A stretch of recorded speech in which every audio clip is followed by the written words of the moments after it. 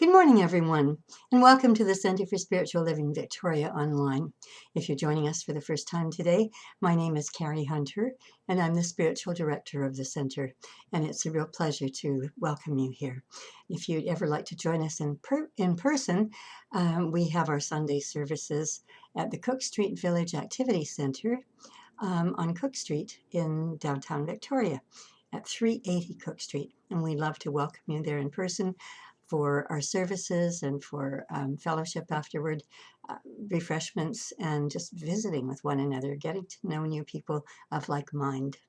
So today I'm going to continue with my series of summer thoughts, which are a series of talks about questions that people have asked me through the years and things that continue to ask me and things that I've asked myself, quite frankly.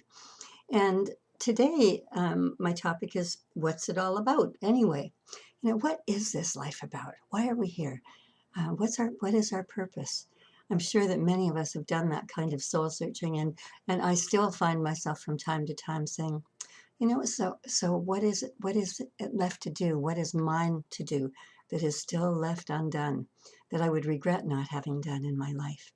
And as I was thinking about the topic this week, what came to mind is a memory of having watched an Oprah Winfrey Show many years ago. I never watched very many of them, but when I could, I would tune in because I always enjoyed them. And I particularly enjoyed them when she began to talk about spiritual matters and started to invite spiritual teachers and gurus onto her show. And one afternoon, as I watched, she had Gary Zukav as a guest. And of course, you will know him as a metaphysical author and speaker. And they were talking about spirit guides. And Gary said that we all have at least one spirit guide. Most of us just have one.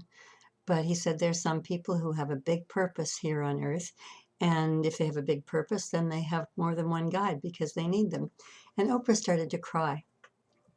And he looked at her in a curious way. And when she composed herself, she said, I've always known that I have a big team. And, I just thought, how exciting is that? To know that you have a big team and look at what she has done with her life, coming from abject poverty, to become a billionaire. Not that becoming a billionaire is the important thing, but how much she has contributed to the world spiritually. I just always say that she's the biggest and best minister that we have on the planet, because she has influenced so many people with the shows that she has done along the way. And she's influenced a lot of political figures. Her influence is felt in many, many different ways. So when I was thinking about that, I thought, how often do we stop and think, well, I have at least one spirit guide, because we all do. And I wonder who that spirit guide is. And I wonder if that spirit guide has a name and what the name might be. And I wonder what that spirit guide is here to help me with. What kind of divine guidance? And as I was thinking about those things, and I have had those questions through the years, and I have meditated on them, and it's been an interesting experience to go through. The thing is that as we ask these questions about life and death, and last week, what about reincarnation, or maybe that was a couple of weeks ago, we're asking the same questions over and over again. And the thing is that we get the answers to those questions if we're willing to take the time to sit with them. If we're willing to take 20 or 30 minutes out of the 1,440 minutes given to us every day to just sit and commune with spirit. Just be quiet. Get other thoughts out of the way. And I think I suggested a few weeks ago that, if you've got such a busy mind, then focus upon your breathing. When you're breathing in and then breathing out, there's that mini, mini pause before you breathe out again. Focus on that place where you pause for just the tiniest bit of a second. And when you start focusing on that, then the thoughts start going away after a while. Or focus on your third eye and the pineal gland in the middle of your forehead. with your eyes closed, focus upon that. And as your eyes go upward, you tend to go into a quieter space inside. There are different ways of doing that. But if you really want to know, if you really want divine guidance in your life, instead of randomly going about life, then wouldn't it be a good thing to do? It's been, since I've become a minister, it has been a practice of mine every day for many, many years, a couple of decades. And if I should miss a day, things just don't go according to the way I would like them to. I find myself, getting into some sort of issue along the way, or worrying or fretting about something. But when I'm tuned up first thing in the morning and on my way, life just unfolds perfectly. And I feel that guidance. I feel that even from childhood that I have been intuitively led to everything that I've done throughout my life. And I've had many different careers. And each one is really satisfying, but there's so many distractions. There's so many things that can take us away from that quiet time. How much time do we spend on Facebook? How much time do we spend doing emails? How much time do we spend on our cell phones? How much time do we spend on all of social media? How much time do we spend watching television? When you think of all of the technology that's available to us now, there are so many distractions, and we can always find more. It's so easy to call a friend or get together with a friend, and certainly we need to do that. There's nothing wrong with that.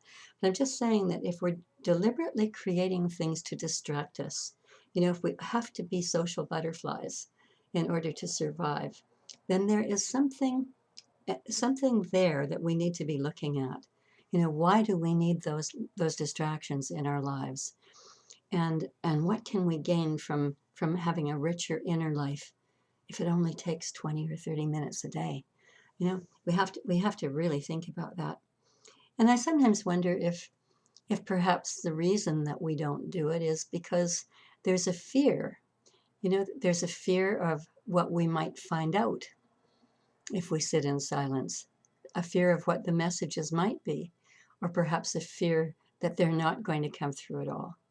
And I have had people say to me, well, I've practiced meditation and I don't get anything. And I've said, well, how long did you practice? Well, I tried it for a month, or I tried it for a few weeks. And I said, no. You don't learn to play the piano in a few weeks or in a month. You don't learn to speak a foreign language in that period of time. Learn to speak your spiritual language through meditation and prayer, and do the practice until it becomes second nature, until the moment you close your eyes, you feel the presence within. That it may feel different to everybody or to many people. For me, it's just this feeling of warmth in my heart center. And when it's there, and when I'm there, I just know that I'm really connected, and that I'm going to get the guidance that I need for whatever is going on for me at the time. When I think about it, I have read so many books, and I've taken so many classes, and, I still don't really know what it's all about. I mean, who does? If you can read all kinds of books, and many people have a theory about what it might all be about, but they don't really know for sure. We weren't born with a tag on us saying, okay, this is what you were meant to do in this life. But the thing is, if we are following divine guidance, if we're really listening, we can bet that we're on purpose with our lives, or that we're getting on purpose with our lives. And I think that it's really, really an important thing for us to do that. We are each on a journey of self-discovery, and we're really being called to dive into the fearlessness. It can be a scary thing when we decide we're going to step out on another path.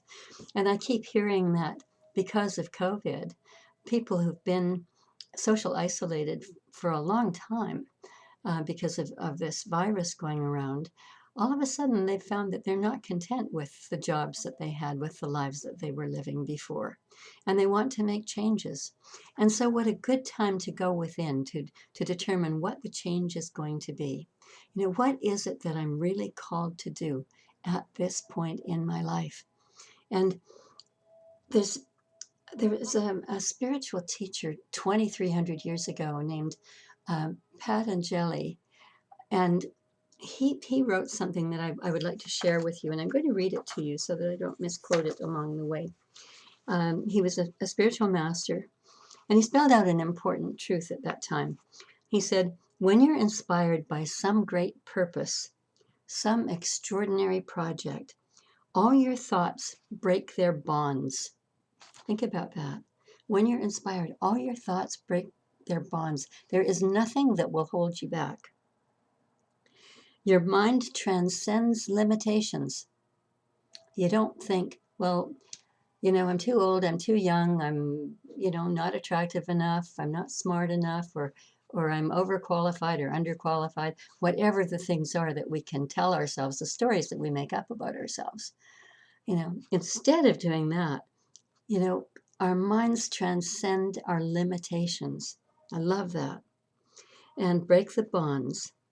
Your consciousness expands in every direction, and you find yourself in a new, great, and wonderful world. And then he added, dormant forces, faculties, and talents become alive, and you discover yourself to be a greater person by far than you ever dreamed yourself to be. I love that. Think about that. Dormant forces, faculties, and talents become alive, and you discover yourself to be a greater person by far than you ever dreamed that you could be. So those forces, those powers, those abilities, those talents, those skills that we thought were dead within us or were long forgotten, suddenly wake up, suddenly become alive again, and we become so much more alive with it. And it's there to really assist us. We've got that spiritual guidance and that assistance when we get to that place. And so when we have an idea that is exciting, it's really important for us not to just dismiss it and say, oh, well, could have done that 30 years ago. Or I might have done that if I'd had more money, or I might have done that if, we can come up with all kinds of ifs. And that's really not what it's about. It's about being that fearless, fearless person and saying, okay, it doesn't matter what I'm thinking today. I have today. I have this moment in time, and right here and right now. I claim my greater good. I connect with my higher self, and I know that I am divinely guided. It is so important for us to just stop being fearful of things that we want to achieve, and to just go for it instead of lamenting that we haven't. I often think if we sat down and wrote our own obituaries, that we might come up with some ideas about things that we would really like to do before the time actually comes.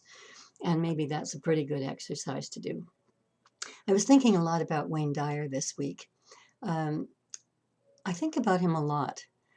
He really was one of the most influential teachers in my life.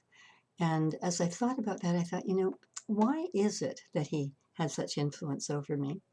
And one of the reasons was that, and I discovered it when I read his second last book that he wrote, which was I Can See Clearly Now.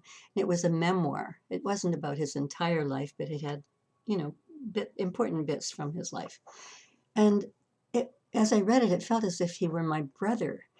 We had so many similar experiences, and we knew a lot of, not a lot, we knew a lot of the same people. We had met a lot of the same people. We felt the same way about people that we met.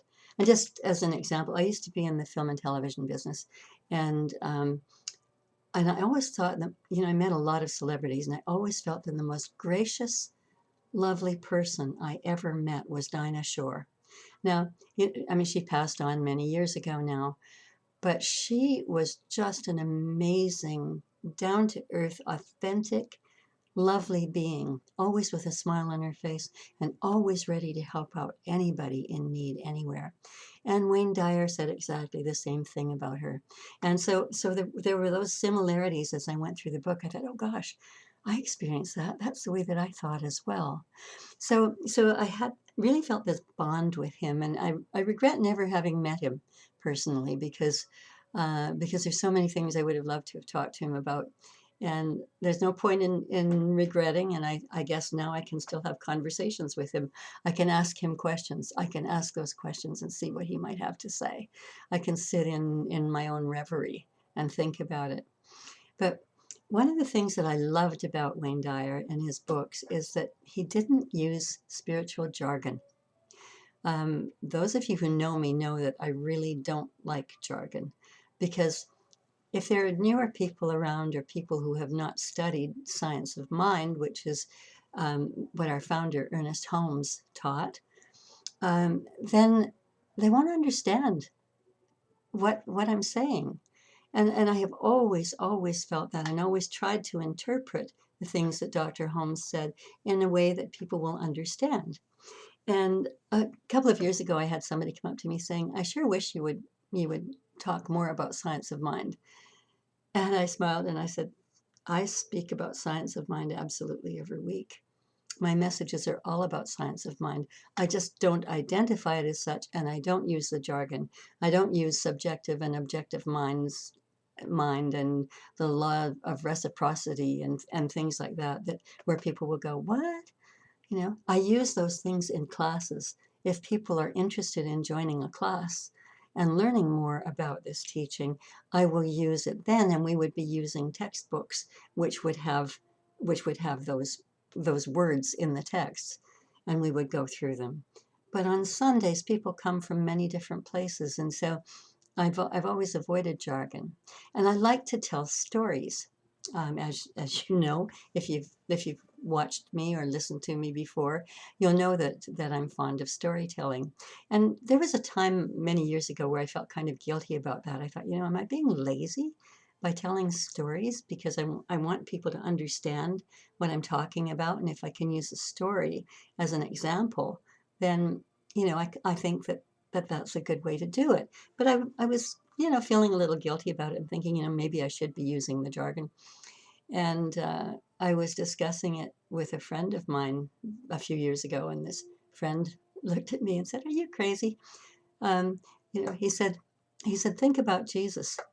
How did he teach? All of his teachings were about using stories." And he said, "If it's good enough for Jesus, can't it be good enough for you?" And I said, "Well, I'm no Jesus. I'm far from being that perfect being, but you've got a point.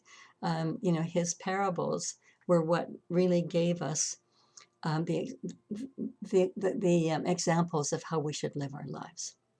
And uh, so I like to use stories, and it's kind of a long way of entering into the life of Wayne Dyer, but he inspired me so much, and I think that he knew that he had a divine purpose.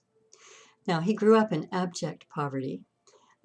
His father left when he was very young, and then his father was imprisoned. His mother worked in a five and dime, which was what stores like Woolworths were called many, many years ago when there was even still a Woolworths.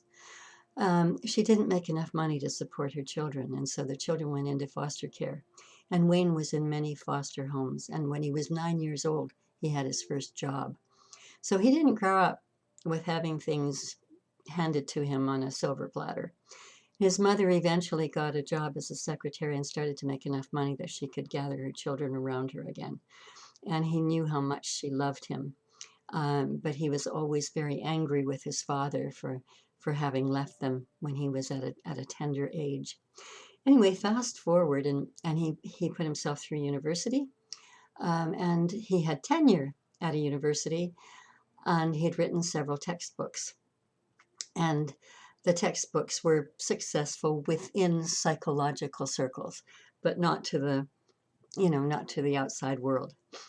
And he decided that he was going to write a book that was different, sort of a pop culture book, self-help book.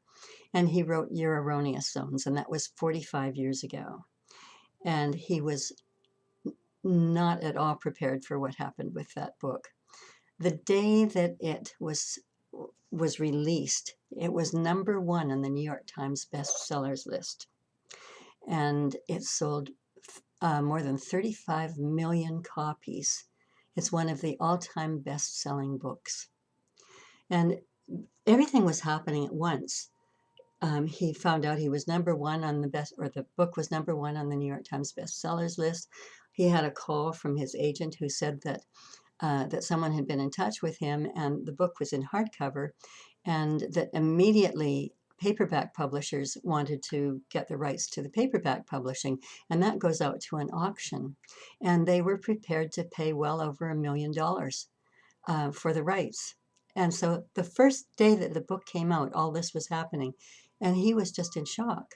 He said, he was sitting at his little home, in his little home on Long Island, talking on the telephone and finding out that he had a best-selling book and he was a millionaire all in the same moment. And he said he hung up the phone and he put his head in his hands and he wept.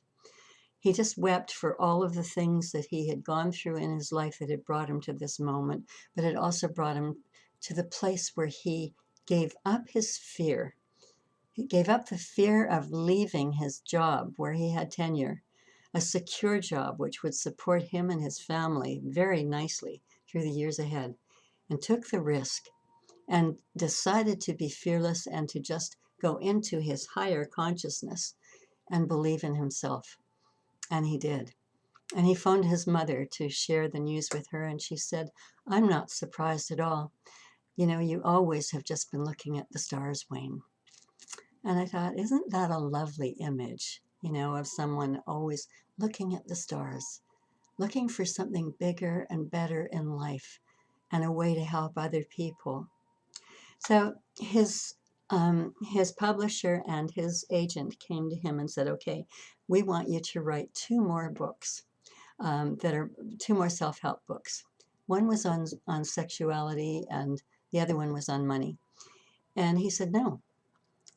He said, "I've written one self-help book," but he said, "I have found spirit. I have found God in me. And from now on, I'm only going to write spiritual books." And they said, "No one will read them." And he said, "But that's what I'm going to do." And they offered him a multi-million-dollar contract to write two more self-help books. And he said, "Absolutely not."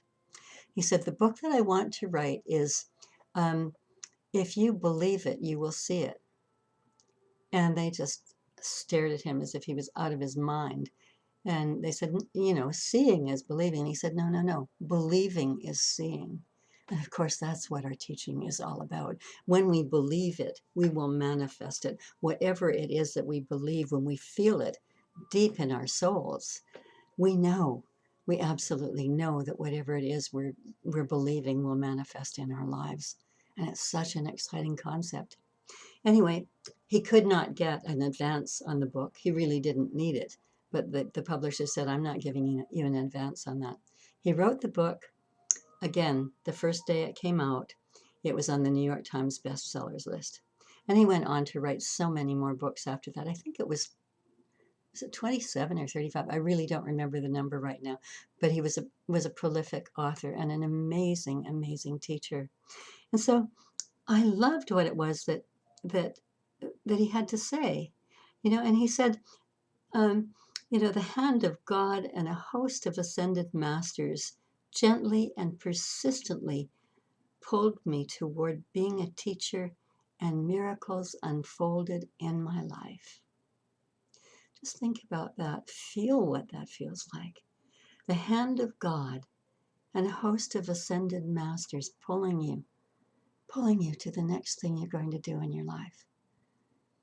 What an amazing, amazing way of feeling, of believing, of knowing. It's beyond believing. It's to a place of a deep, deep inner knowing. So what does any of this have to do with us today? What does any of this have to do with what's it all about anyway? For those of you who are at the center today, you know that Nelson Brunonsky spoke ahead of me. And Nelson, of course, has just returned from Cuba after being there since December. Typically, he comes back in March each year, but he was there until July this year because of COVID. He could not get a flight out of the country. But he's also very settled when he's in Cuba, and he loves it. And I think, okay, so what was it that first called him there? I haven't asked him that. Maybe it was a holiday. But once he had been there, he wanted to go back every year. And what happened was he gathered community around him there. He would walk down the street with his guitar slung over his shoulder, and people would invite him to come and join them as they sang and played. And so he had this enormous, wonderful life with these people who were so filled with vitality and passion, that Latin vitality. And he enjoyed it so much, and he met a great love there. And her family became his family. And so when he's back there, he's sharing his time with people that he loves, but also he cares so much about the people, and he helps them.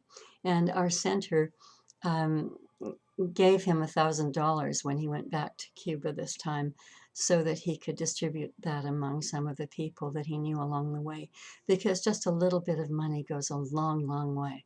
A couple of $100s can make the difference between starvation and being relatively comfortably well fed in a year in Cuba. And of course, and they're going through some really, really difficult times right now. People are starving, and it's hugely challenging. But there are good people like Nelson who are doing all that he can do to help those people. And so that is his calling. And it's not Wayne Dyer. It's not about writing spiritual books. On the other hand, Nelson started out, well, he was in the newspaper business because his family was in Saskatchewan. But he became a teacher, and he taught English to endangered, is that the right word? Endangered youth, or youth, at-risk youth. And he did that for a number of years in the Vancouver area. And when he resigned from that, he wrote books, and he's written several books. The last one was about Cuba. And then, of course, he's done the work in Cuba, but he's also a wonderful musician. He's a singer. He's a songwriter. Here's someone who has listened all along the way, listened to his life path, and watched it unfold, and has just followed his instincts, and has been completely in touch with spirit. When you look at or listen to a lot of Nelson's music, it is so beautiful and so spiritually welcoming and inviting and nurturing. So, we each have our own talent, our own skill. But I wonder if we stop somewhere along the way, get kind of comfortable in what we're doing, and don't think about going beyond that. Ernest Holmes said we have a physical body and we have a spirit body. And that spirit body is contained within our physical bodies. And so we have to stop struggling, and we can accept that we don't find spirit when we die. That's not when we find our spirit selves. Our physical bodies are containers for God, for spirit. And so knowing that is there, knowing that power is within us, we can stop struggling and listen and start to remember what our big dreams were. And if we were afraid to dream big dreams when we were younger, then it's never too late to start. And also to know that there is a guide there with you, a spirit guide there with you, to follow you on your journey, to be with you every step of the way, to give you divine guidance if you will but take the time to listen. And if it's a really big project, I'm pretty certain that we can ask for more guides to come in to take us forward on the journey, because we'll need more help along the way. So let's be open to this, absolutely open. Um, you know, it's so easy for us to, when we're presented with a question like this, what's next for you to do, no matter what your age might be. It's so easy for us to say, oh, well, I'd like to do that, but, I've got these other things that I'm committed to, or, I'm too old, or I'm too young, or I haven't got enough education in that area. I wouldn't know where to start. I would do it, yes, but.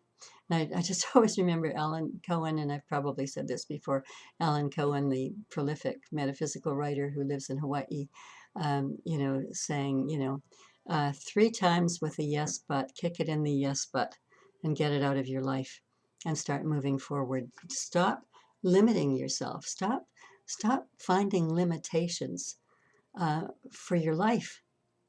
And I'm talking to myself here too. Stop with the limitations. There is absolutely no need for them when we understand how we have all of the power of the universe inside us. And so, when we think about what it's all about, what is our purpose here on earth, it's probably different for each and every one of us. What is the path? How do you know when you're doing what you're supposed to do? I love what Wayne Dyer said about that. He said, you feel good. When you're on your path, when you're doing exactly what you are supposed to do, there's excitement. You're happy. You look forward to every day. Or if you're not happy with what you're doing, and all of a sudden an idea comes along and you kind of feel a charge on that, it's kind of juicy, and you get excited about it, then that's what you're meant to do next. And that's when it's so easy for us to say, oh yes, but I have all of the reasons why not to do it. Instead of why not to do it, think about all of the reasons why to do it. Because you feel good when you're doing what you're meant to do. So that's really what it is all about. It's all about feeling good about what you're doing and feeling good with every new idea that you get that has excitement attached to it. And that's your calling. That's calling you into yet another chapter of your life. And you get to decide exactly what that is for yourself. But I really, really suggest that you go within and you follow your inner guidance and that you don't shut that down. There's so much life to live. Who wants to get to the other side and look back and say, if only I had done that? Everything is possible with God. And so it is. So I thank you for being with me today. And if you enjoyed the service today and you would like to make a contribution to our center, we would be very, very grateful. You can go online to our website, cslvictoria.org, and there's a button there that says donate, which allows you to go into PayPal, or alternatively, to make a donation with your credit card. Or you can do an e-transfer to us at donate@cslvictoria.org. That's donate@cslvictoria.org. We really appreciate everything that you give us. We appreciate those of you who are volunteering for us and who are still not back with us yet because of concerns about the COVID virus.